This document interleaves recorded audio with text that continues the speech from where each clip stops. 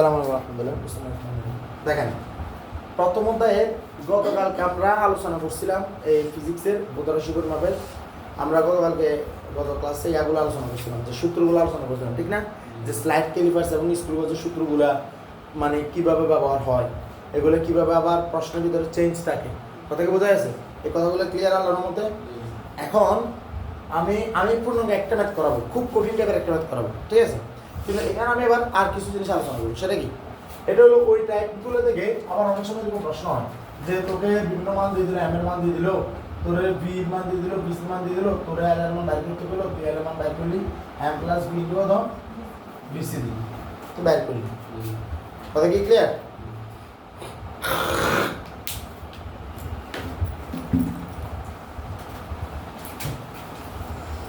তুই ধর এল এর মান তো বাইর করলি, আবার বা তোকে এরকম দিল যে তুই যে রুটি পার্ট দিল, তারপরে এই যে বৃত্তাকার স্কেল পার্ট, তারপরে যে এই যে কি বলে এর মান দিল, তো এখান থেকে তুই বাইর করলি কি বীজগুলো বাইর প্লাস ইনটু এলসিএম বের করলি। কথা ক্লিয়ার? এটা একটু করি। এখন ঘটনা হলে এগুলো থেকে একটু এলাবোরেট একটু প্রশ্ন, সেটা কিরকম? যেমন তোর কাছে জানতে চাইলেও সাধারণত এটা বেশি ঘটে, এটাতে বেশি ঘটে, এটাতে এটা ঘটে না, এটা খুব কমে হয়, এটাতে ঘটে না আসলে। এটাতে কিরকম ঘটে? তোরা বললো যে একটা সিলিন্ডারের কি বললো, একটা সিলিন্ডার করলো, বা বললো যে একটা তারের, এই যে এটা একটা তার, এই তারের এটা হলো ক্রস সেকশন বা প্রস্থচ্ছেদের ক্ষেত্রফল। তোর বললো যে তারের প্রস্থচ্ছেদের ক্ষেত্রফল বাইর করে। কথা কি ক্লিয়ার? প্রশ্নের ক্ষেত্রে যে মুখিয়ান কি বৃত্তাকার না? বৃত্তাকার মানে কত? পাইয়ের স্কয়ার না? বৃত্তের ক্ষেত্রফল সূত্র কি? পাইয়ের স্কয়ার। এখন তুই পাইয়ের জায়গাতে আর মানে কি? আর ব্যাসার্ধ মানে কি? ব্যাস বাই 2, এই ব্যাস বাই কত? 2 না? এটা কি না? তাহলে এখানে পাই আর এখানে ডি কে এখানে ছোট হাতে ডি লেখা সাধারণত, বড় হাতে ডি এখানে বড় হাতে ডি লেখা, এখানে যাবে ছোট হাতে ডি লেখা। আচ্ছা এটা তোমাদের ইচ্ছা, তোমরা যাবে ডি স্কয়ার বাই কত? 4। তাহলে এটাকে 1/4 লিখে আনি, 1/4 5 ডি স্কয়ার লেখা যায় না? যায় না? এটা যায় কি না? অনেক সময় আমাদেরকে বলে ধরো যে এটা একটা সিলিন্ডারের আয়তন বের করো, কথা বোঝা গেছে? বা বলবে যে সিলিন্ডার না, এটা একটা ধরো গোলক, এই গোলকের আয়তন বের করো, কি বের করতে বলবে? আয়তন। আমরা জানি গোলকের আয়তনের সূত্র 4/3 পাই আর কি, আমরা সূত্র জানি কি? গোলকের আয়তনের সূত্র কি? 4/3 পাই আর কিউব। তাহলে 4/3 পাই আর মান কত? d/2 কত? হোল কিউব না? হ্যাঁ, আর মান তো d/2 আর হোল কিউব হচ্ছে হোল কিউব, বুঝা গেছে? তাইলে 4/3 পাই d কিউব ডিভাইডেড বাই কত? 8 না? 2 কি মানে কত? 8 তো। তাহলে সাইড দিয়ে 8 গেলে কত? 2 নেই, 2 কি না? তাহলে 1 এই যে 3 গুণ 6, তাহলে 1/6 পাই d কিউব। কথা কি বোঝা গেছে? তাহলে এটা হলো কি? গোলকের আয়তনের সূত্র। গোলক মানে বুঝো তো, ধর কি ফুটবলের মতো আর কি, এগুলো ফুটবলের গোলক। তাহলে এই যে 1/6 পাই ডি কিউব।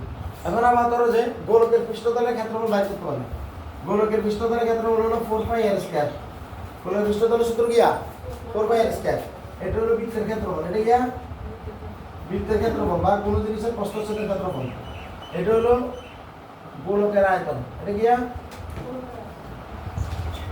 গোলকের আয়তন। আর এটা হলো গোলকের পৃষ্ঠতলের ক্ষেত্রফল, এটা কি?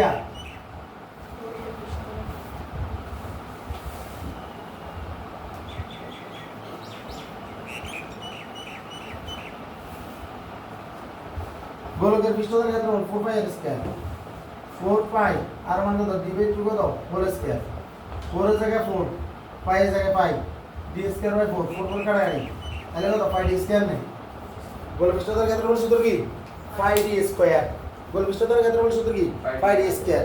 গোলকের পৃষ্ঠতলটা কি এরকম চিন্তা করো, এটা একটা ধরো ফুটবল, এটা কি? যেমন এটা একটা ফুটবল আর কি। এই ফুটবলটা সাধারণত কি? এই যে একটা তলের উপর থাকে।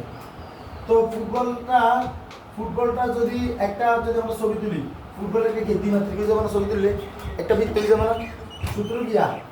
পাই আর স্কয়ার। বৃত্তের ক্ষেত্রফল সূত্র কি? পাই আর স্কয়ার। কিন্তু ফুটবলটা বৃত্তাকারে চতুর্দিক দি না? কোন দিক দি? চতুর্দিক দি। 4 বাই r স্কয়ার ফুটবলের পৃষ্ঠতলে ক্ষেত্রফল কথা ক্লিয়ার অর্থাৎ ফুটবলের পৃষ্ঠটা যে জায়গাতে বসে ওই জায়গাটার মান হলো 4 বাই r স্কয়ার পুরো ফুটবলটারে তুই যদি কাটিয়ে লস কি করছিস পুরো ফুটবলটারে তুই যদি কাটিয়ে লস কাটলে যে মানটা বের হলো 4 বাই r স্কয়ার এটা হলো কার মান 4 বাই r স্কয়ার এটা কার মান রে 4 বাই r স্কয়ার কত কি বুঝছস না খালি আমি বুঝিয়েছি বুঝতে হবে তাইলে এটা মাথায় রাখতে হবে ঠিক তদ্রুপ একটা যদি সিলিন্ডার বলে এই যে সিলিন্ডার কি আছে সিলিন্ডার হলো যেরকম এই সিলিন্ডারের আয়তন সূত্র করব সিলিন্ডার সূত্র হলো পাই আর স্কয়ার h তাই এখানে কি হবে এখানে h বলতে এখানে l দ্বারা বুঝাইব আর এটা হলো পাই আর স্কয়ার তাই আমরা জানি পাই আর স্কয়ার কে নিয়ে যাব কোথায় 1/4 পাই d স্কয়ার কোথায় নিয়ে যাব 1/4 পাই d স্কয়ার h এর কে আমরা l বলবো এখানে h বলতে কি বুঝবো l বুঝবো তাহলে এই যে l এর মানটা বাইর করব ওই যে l = m + b * bc ওখান থেকে l মান বের করে যাবে না যাবে কি না কথা কি বোঝা গেছে এই যে সূত্রগুলো আমাদের এখানে ব্যবহার হবে তাহলে এগুলো হলো জানার মতো সূত্র এগুলো হলো জানার মতো সূত্র 16.1 2 3 4 এগুলো থেকে আসে বোঝা গেছে স্পেশাল 16.4 তো এই কথাগুলো এখানেই পড়েন অঙ্ক করতে গেলে গাইডে দেখবা এরকম করে আটকে যাবা তখন আর তোমরা আটকে না ইনশাআল্লাহ এবার আমরা আরেকটা জিনিস জানবো এটা নাম হলো সেটা হলো ধর এই যে মার্কারটা এই মার্কারটা নিয়ে তারা কাজ করছে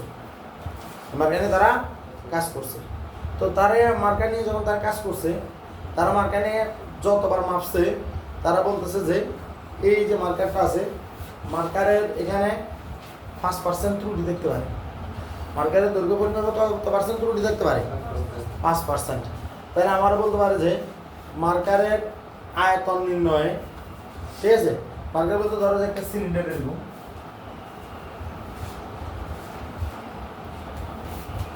বা বেলন আমার বলো যে এটার যে দৈর্ঘ্য পরিমাপ করছে দৈর্ঘ্য কোনটা l এটা না দেখি না এটা পরিমাপ করছে তো এটা মোটটা আমরা এখন যে টাইপটা নিয়ে কাজ করতেছি এটা হলো আরেকটা টাইপ এটা হলো আপেক্ষিক ত্রুটি নম্বর এটার নাম কি